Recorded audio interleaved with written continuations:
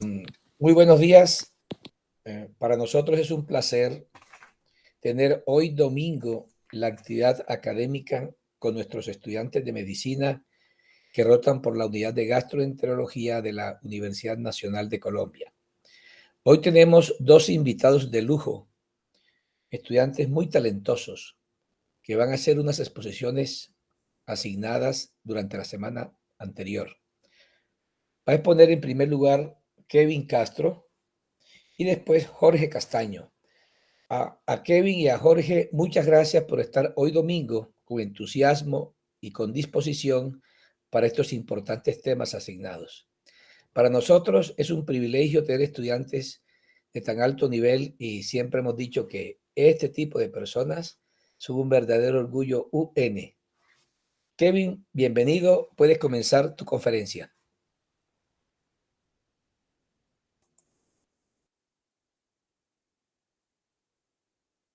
Buenos días, muchas gracias por el recibimiento.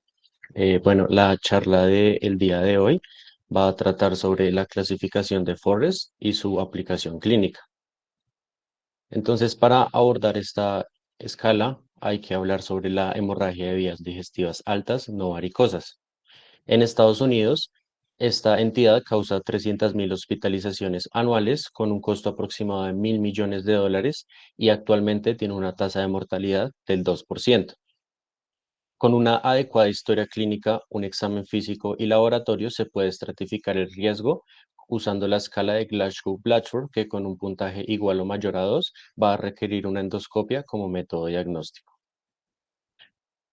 La etiología más frecuente de la hemorragia digestiva alta no varicosa es la úlcera sangrante, con una prevalencia del 31 al 67%. Entre las causas más comunes está el uso de aspirina, el uso de AINES y la presencia de Helicobacter pylori. Dentro de la sintomatología que puede presentar el paciente se encuentra la hematemesis, la melanemesis, las melenas, rectorragia y o la hematoquetzia. Acá se puede ver el artículo original publicado por el doctor John Forrest en la revista The Lancet en 1974, donde evaluaron 111 endoscopias en 106 pacientes, donde clasificaron en tres grupos las úlceras sangrantes, las úlceras, en sangrado activo, en sangrado reciente y cuando no había sangrado. Entre los criterios utilizaron cuando se observaba una base negra, un coágulo adherente o una arteria protuberante. Actualmente la clasificación de Forrest se utiliza de la siguiente manera. Para Forrest 1A es cuando se encuentra un sangrado en jet, como se observa en la imagen. Para Forrest 1B es cuando se encuentra un sangrado en forma de escurrimiento. Para Forest 2A es cuando se puede observar un vaso visible sobre la úlcera. Para Forest 2B es cuando se encuentra el coágulo adherido. Para Forest 2C es cuando se puede observar una mácula pigmentada plana sobre la base de la úlcera. En Forest 2C se encuentra una úlcera de base limpia. Esta clasificación es muy importante ya que permite predecir la mortalidad y el riesgo de resangrado de acuerdo a la úlcera encontrada, por lo que en las clasificaciones 1A y 2B tienen una prevalencia del 12%, una mortalidad asociada del 11% y el sangrado posterior puede ser de 55% hasta 100%.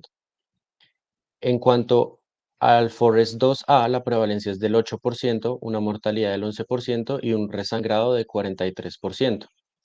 Cuando se encuentra un Forest 2B, su prevalencia es del 8%, una mortalidad del 7% y un resangrado del 22%.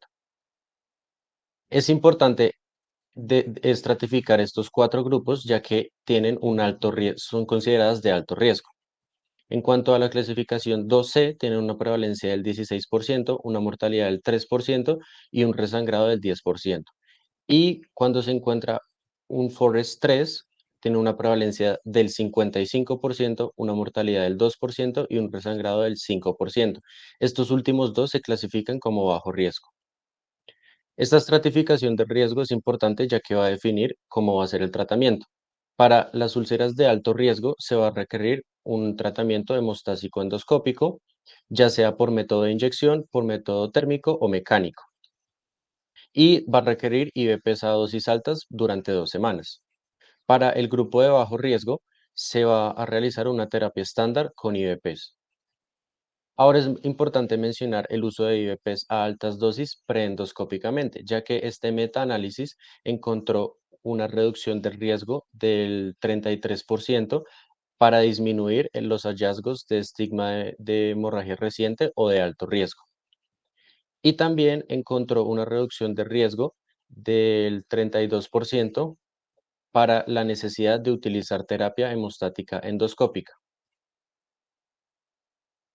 Dentro de los IVP se puede utilizar el omeprazol, el pantoprazol o el esomeprazol en un bolo inicial de 80 miligramos a 8 miligramos por hora en infusión continua. El mecanismo de acción asociado ha sido que genera agregación plaquetaria y evita la destrucción del coágulo de fibrina. Dentro de los mensajes para la casa está que esta escala permite la clasificación de úlceras pépticas en hemorragia de vías digestivas altas. El FORRES es un predictor de mortalidad y riesgo de resangrado. Las úlceras de alto riesgo van a requerir un tratamiento hemostático endoscópico.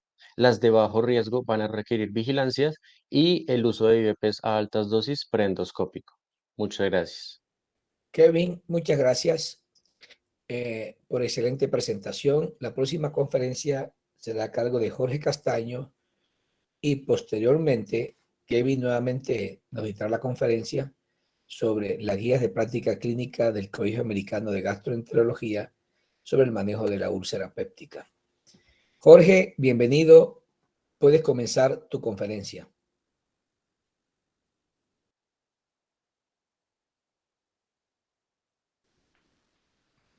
Buenos días. Hoy vamos a hablar de algunos casos en los que el hígado puede verse afectado en casos de enfermedades reumáticas. Primero vamos a hablar un poco del perfil hepático. Este se le llama comúnmente pruebas de función hepática, pero eso está mal dicho. Este evalúa niveles de aminotransferasas, fosfatasa alcalina, bilirrubinas, albúmina y tiempo de protrombina. Los niveles de aminotransferasas varían si el paciente es hombre o mujer. En mujeres el valor normal está menor a 20 unidades por litro y en hombres menor a 30 unidades por litro.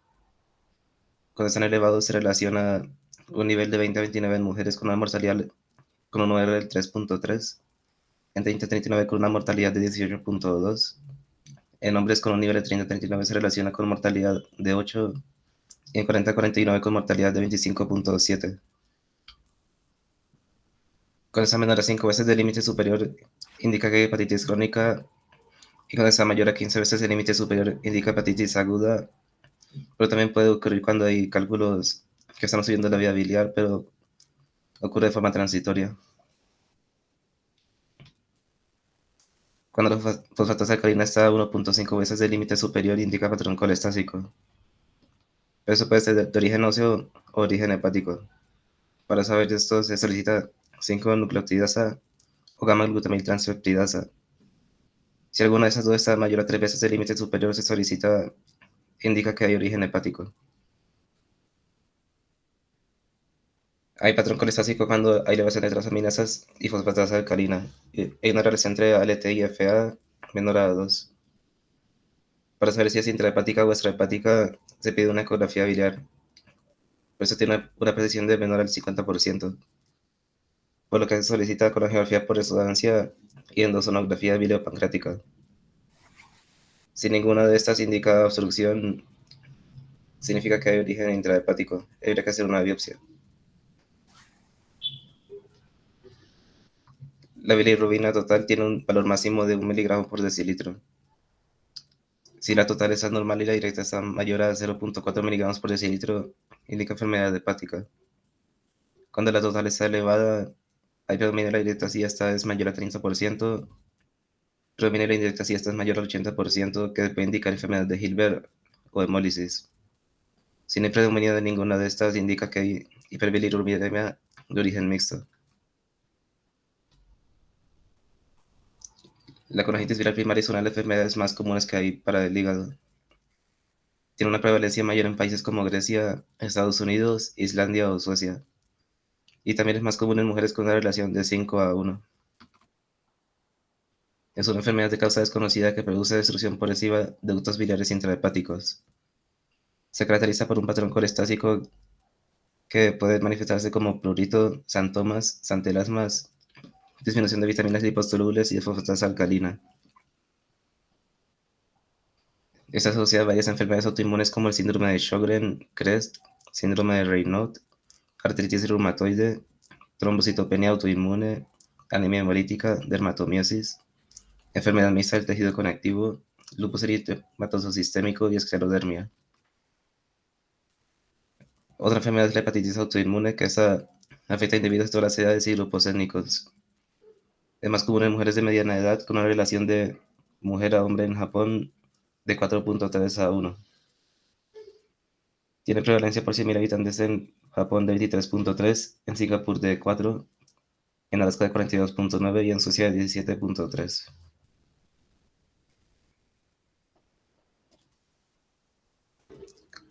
Cuando se presenta hepatitis autoinmune y lupus hay cierta dificultad para el tratamiento de estas porque pueden compartir ciertas características. Esas son ser mayor frecuente en mujeres, poliartralgias, anemia hemolítica, hipergamaglobulinemia, anticuerpos antinucleares positivos, antimúsculo liso positivo y respuesta favorable a esteroides. Cuando hay hepatitis autoinmune en casos de lupus, se presentan rash malar, úlceras orales, serositis, nefropatía o disminución del complemento. Cuando hay hepatitis autoinmune con manifestaciones parecidas al lupus pero sin ser lupus, se confirma que una biopsia con las lesiones típicas de hepatitis autoinmune. Esta biopsia se caracteriza por hepatitis de interfase, que consiste en infiltrado linfoplasmocitario del tracto portal, destrucción de la placa limitante, extensión de células mononucleares en el lóbulo hepático, presencia de células plasmáticas, rosetas de hepatocitos, que es acumulación de hepatocitos que están más anchos de lo normal, y en peripolesis, que ocurre cuando una célula intacta se infiltra dentro de otra.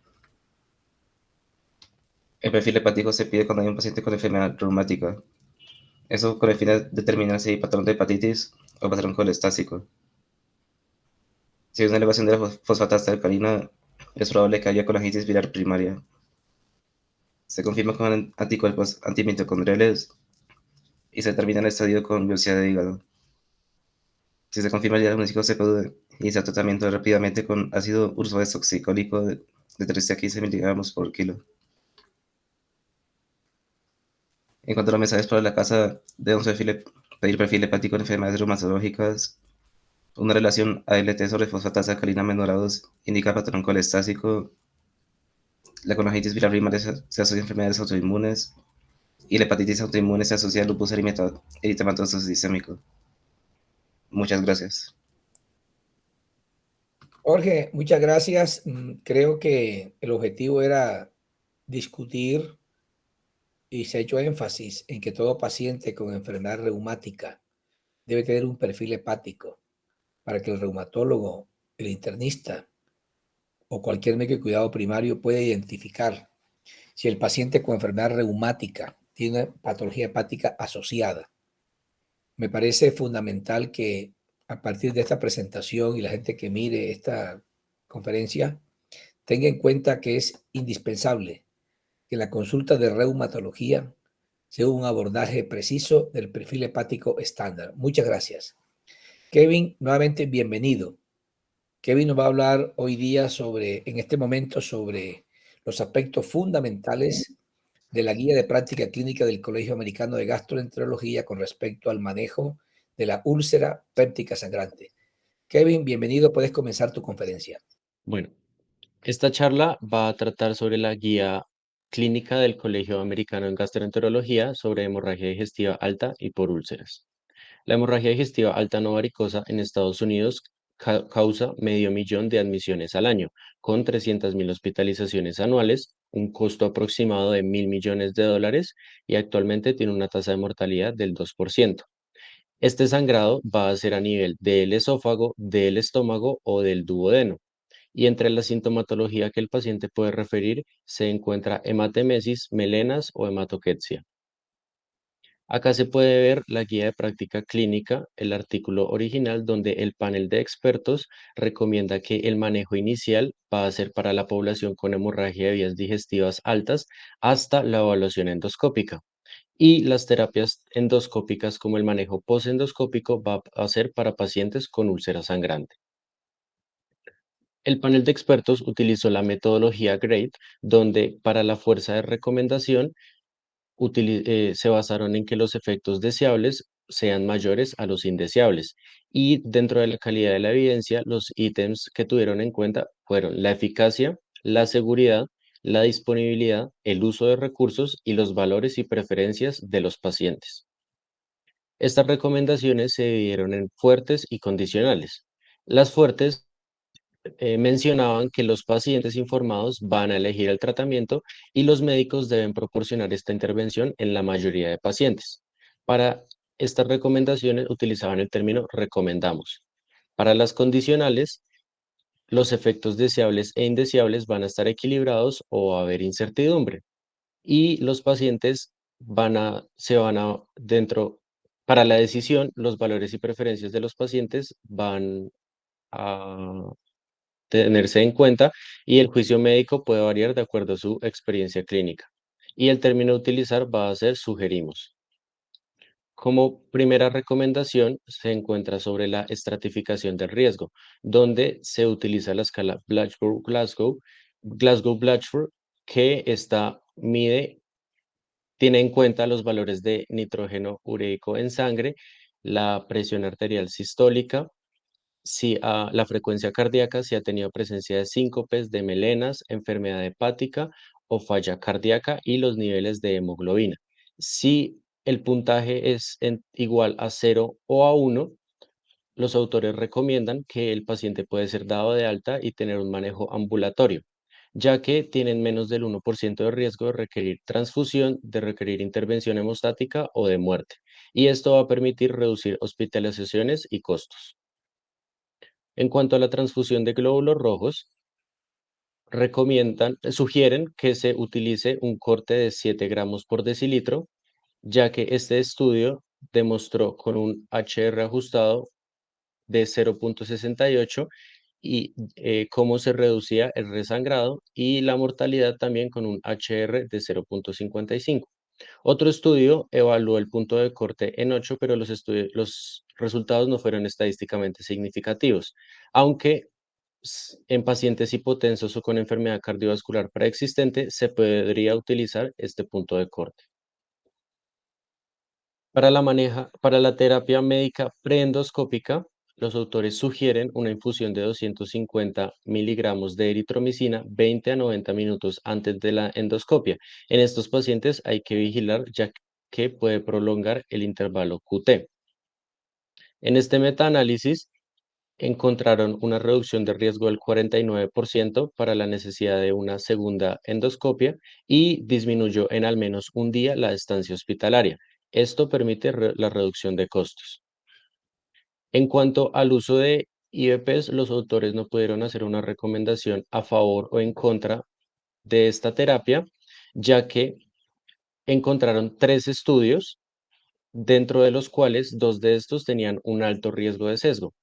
Esto es porque en uno de los brazos donde aplicaron la intervención se utilizó tanto preendoscópica como posendoscópicamente el uso del IVP.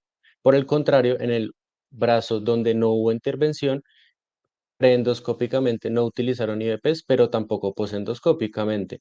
Esto es un riesgo de sesgo, ya que las guías sí sugieren que en todo paciente se utilice posendoscópicamente. Pero cuando hicieron el metaanálisis para la necesidad de terapia hemostática endoscópica, encontraron una reducción de riesgo de 27%. También cabe aclarar que no evaluaron los hallazgos, que se disminuyeran los hallazgos de úlceras de alto riesgo. Como quinta recomendación, los autores sugieren que el tiempo de espera que es para la endoscopia puede ser máximo 24 horas. En este estudio se reportó que se reducía el riesgo de resangrado, de muerte y de la necesidad de terapia endoscópica cuando se esperaba de 6 a 24 horas y estos aumentaban cuando se hacían las primeras 6 horas. Entonces, para el manejo inicial de pacientes con hemorragia de vías digestivas altas, se estratifica riesgo con la escala de Glasgow-Platform. Cuando da un puntaje igual a 0 o a 1, se va a manejar ambulatoriamente. Cuando el puntaje es mayor o igual a 2, se va a admitir al hospital, se va a realizar estabilidad hemodinámica si es necesario. La transfusión de glóbulos rojos va a ser si la hemoglobina es menor a 7. Se sugiere el uso de eritromicina. No hay recomendación a favor o en contra de los IVPs. Se puede esperar hasta 24 horas para realizar la endoscopia y de acuerdo a los hallazgos se va a clasificar en bajo riesgo o en alto riesgo. Para la terapia hemostática endoscópica, los autores sugieren que se realice cuando se encuentra un sangrado en jet, un sangrado en forma de escurrimiento o un vaso visible. Esto porque este metaanálisis de 19 estudios encontró una reducción de riesgo del 71% para sangrado activo y de 51% para vaso visible. Cuando se encuentra un coágulo adherido, no hay una recomendación a favor o en contra de la terapia hemostática endoscópica, ya que los resultados no fueron estadísticamente significativos. Acá se debe tener en cuenta la pericia y la experiencia de la persona que está haciendo la endoscopia, los costos asociados y se puede realizar una manipulación mecánica, donde si el coágulo desprende se puede tratar como un sangrado activo y si no desprende se puede tratar como una úlcera de bajo riesgo. Para la elección de la terapia hemostática dentro de todas las que hay en el mercado, recomiendan el uso de electrocoagulación bipolar con 15 watts por 8 a 10 segundos o de cauterización a 30 julios y también de la inyección de etanol absoluto en alicuotas de 0,1 a 0,2 por inyección, ya que se ha visto cómo disminuye el riesgo de resangrado y de mortalidad. También sugieren que se utilicen los clips, la coagulación con argón plasma con o sin epinefrina y la electrocoagulación monopolar en dado caso de que no se encuentren otras terapias disponibles, ya que los resultados no han sido estadísticamente significativos.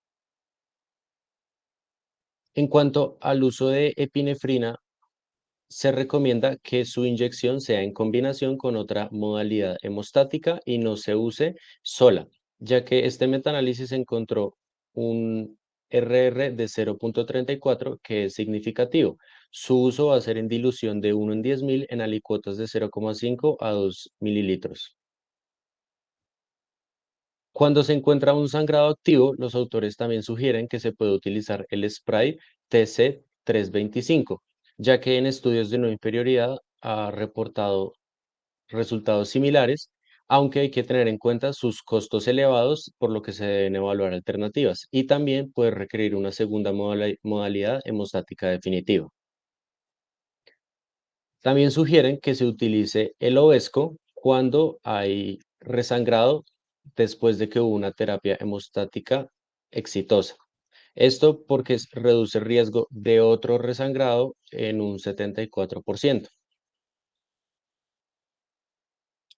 Dentro de la terapia antisecretora después de la endoscopia, se recomienda el uso de IVPs a altas dosis durante 3 días después de una úlcera sangrante. Y también sugieren que en pacientes con alto riesgo se use durante 2 semanas, 2 veces al día, altas dosis de IVPs. Por lo que el tratamiento basado en las características de la úlcera está que si se encuentra una úlcera con sangrado activo o con un vaso visible, va a requerir terapia endoscópica y altas dosis de IVPs. Si se encuentra un coágulo adherente, no hay recomendación a favor o en contra de la terapia endoscópica pero sí de la terapia de altas dosis de IVPs.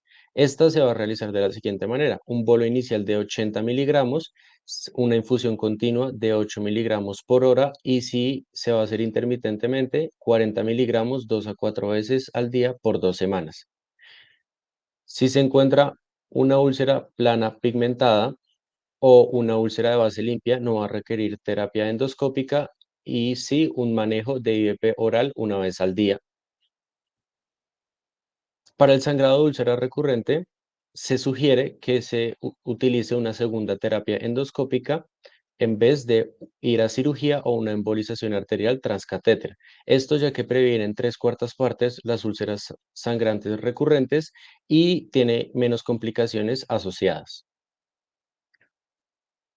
Cuando hay un fracaso de la terapia hemostática endoscópica, los autores sugieren que se realice una embolización arterial transcatéter, ya que en los metaanálisis se ha visto que tiene una reducción de riesgo del 55% en complicaciones mayores y disminuye la estancia hospitalaria. Como mensajes para la casa está que la escala de Glasgow-Blatchford, cuando es igual a 0 o a 1, el manejo va a ser ambulatorio. El tratamiento preendoscópico se puede utilizar eritromicina o IVPs. Para la intervención endoscópica se puede realizar hasta dentro de las primeras 24 horas. Los pacientes de alto riesgo van a requerir un tratamiento hemostático endoscópico. Dentro de dentro de todos los manejos que hay en el mercado, los recomendados son la electrocoagulación bipolar, el cauterizador o la inyección por etanol absoluto, y el uso de IVPs debe ser por 2 semanas. Muchas gracias. Gracias, Kevin, por la excelente presentación y muchas gracias a todos.